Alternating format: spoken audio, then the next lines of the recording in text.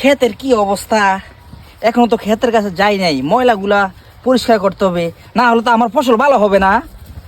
ক্ষেত যদি আমি ভালো মতো না নিরাই তাহলে তো আমার আলু চাষ বিথাই যাবে, আমার সব টাকা পয়সা সব গেল। এ কি এ কি এই ক্ষেতেরই অবস্থা করছে কেন? এইসব ময়লা আবর্জনা থাকলে খেতে আমার আলু চাষ না না না না না না, আলু চাষ ভালো হবে না, আলু চাষ ভালো হবে না। আগেরকার দিনে মানুষ কত কিছুই না খাইতো, কলস, স্বর্ণের কলস, রূপার কলস, আমি তো মাটির কলসও পাইলাম না। এটা কি? আস্তাগফিরুল্লাহ আল-আযীম। এটা তো অনেক মূল্যবান জিনিস হতে পারে, ভাইকে তো দেখাতে হবে। ভাই ভাই ভাই ভাই, আমি একটা মূল্যবান জিনিস পাইছি ভাই। কি ফেলতা দেখি তো কি জিনিস? এই যে ভাই, বা এটা তো কালকে রাতে আমি ফেলছি।